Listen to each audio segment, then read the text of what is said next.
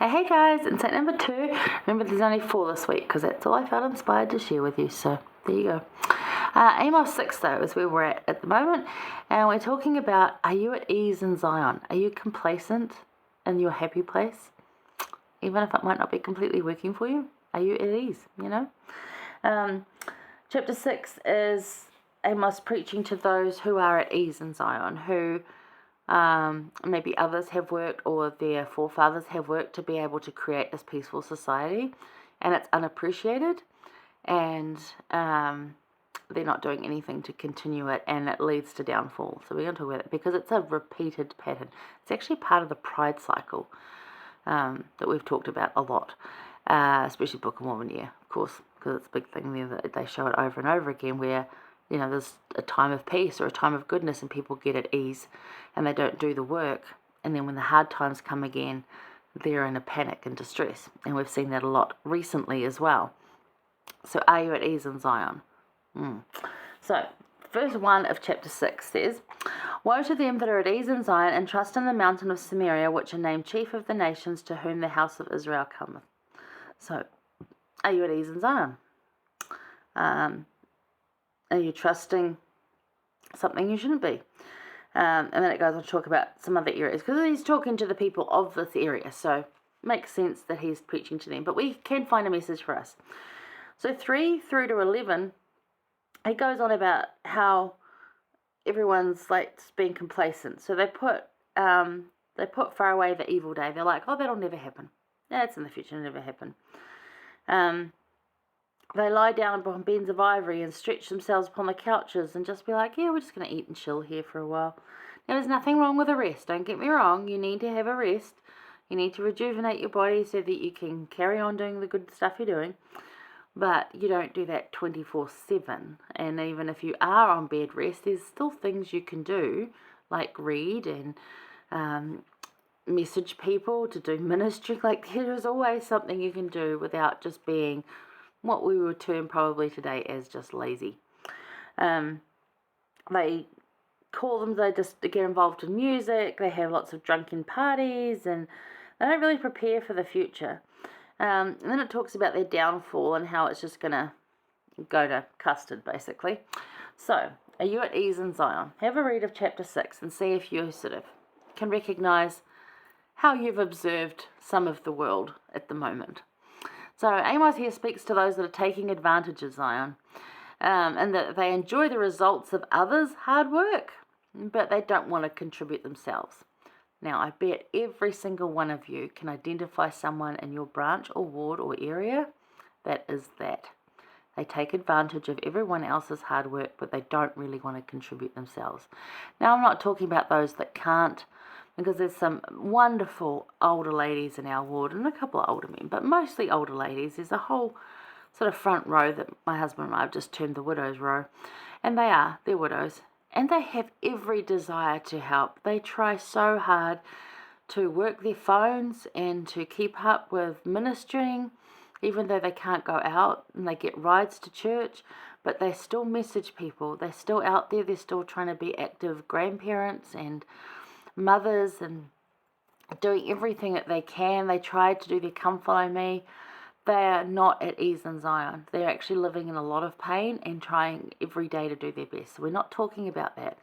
We're also not talking about those that get depressed. That's a whole other thing. We're just talking literally about those who continue to just suck off the goodness of everyone else's hard work, but not actually want to get involved. Those people. It's very small, I would say, where I am. It's not many, which is good. But it is a concern. So this behaviour pattern will lead to downfall. It creates an unsafe environment because you're not prepared and you're not on the watch for things that could happen. And we're told to watch always and have that constant vigilance. Not that it should keep us up at night and make us all stressed, but to be aware of what's going on so that we can prepare better for what might come and be led by the Spirit in that. So it's one that is easily led astray or conquered by an enemy because you're not being vigilant. It is very easily overrun. So the tidy up, I call it like the tidy up and behave only when the boss is around. because we used to get that a lot. Years back when I worked at Kmart, I first saw it, was like, oh, there's somebody coming from head office. We need to tidy up and make it look all pretty. The problem with that is when the boss arrives, he's like, well, this store doesn't look like it's got any problems. We don't need extra staff. We don't need to do this and we don't need to fix that because it's working fine. It gives a false impression.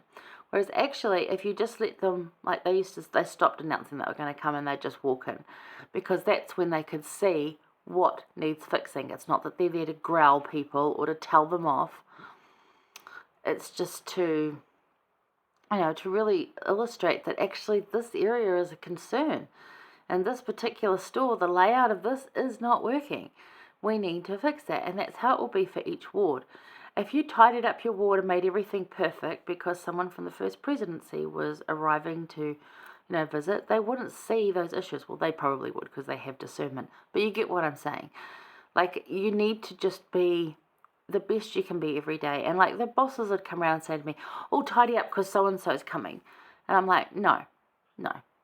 I do the best I can every day. And if that is not good enough, then that's not good enough. And it never will be good enough. And I'm okay with that because I'm doing the best I can. And, I just run my life like that. I try to do the best I can every day. I don't have this whole, so-and-so's coming over, we need to tidy up the house. No, I try and keep a tidy house all the time. And it's a lot easier because I don't have children here, so I understand that, those that have kids. But if I'm going to visit your place and you've got kids and there's laundry on the couch and there's dishes in the sink, I don't care because I know you're doing your best. That's fine. So it's just, don't give this false impression of everything being okay, because that just gives you that ease, that look of being at ease, and it's not. You need to continue to prepare and to watch. Don't fall into that behaviour that will lead to your downfall, that will lead to you being conquered by an enemy because you're not being vulnerable enough to show and to improve on those weak spots that are there. Yeah. Anyway, so it paints a false picture and will actually lead to a famine is what this behaviour does. And it really does. Whether it's a famine of actual food or spiritual, like if you go to church and you're saying, oh, I'm fine, and then you complain that, well, nobody comes to visit me and nobody checks on me. It's like, well, you go to church every week and tell everyone you're fine. Of course they're not going to check on you. You're painting this picture that everything's okay. So, think about that too. Be a little vulnerable and open to having that help and having that care come in to be able to not have that famine of whatever you're going to miss. It's okay to do that. We need to help each other. So anyway, Brigham Young said, and this is really interesting, he said, the work of Zion commences in the heart of each person. So it's in here. It's your intent and your effort. It's going to look different and your contribution will be different, and that is why we need everybody to participate. And it's not good if you've got that person who's at ease and just like, oh, well, you guys all work and I'll just like enjoy the spoils of it, because we'll still all be fine. That person will not be, and that's what's sad. They're not dragging us down. It just means that they don't have their own preparation, that they're the ones who are up for this being conquered by the enemy and being led astray easily because they don't do the work themselves. It's like, a forest of trees. You can all stick together and you all do what you can, but there's always going to be that one tree who never really did anything, and as soon as a strong wind comes along, boom, they're gone. And they might enjoy the shelter of the other trees, but everyone needs to do their bit. And it's not about, as I said, not about them dragging us down. It's about us trying to lift them up so that they can stand on their own 2 feet as well. So it's not about judging them or calling them out. It's about lifting and encouraging them to come work with us on whatever it is that we're working with, because it's intent and effort that will cause them to have that strength and start preparing and not be at ease in Zion. Peace in Zion, yes. Happiness, joy, all those wonderful things, but don't get too complacently comfortable. That's the message. So there you go. All right, hang around. I'm going to go over to Amos 9. I'll see you there.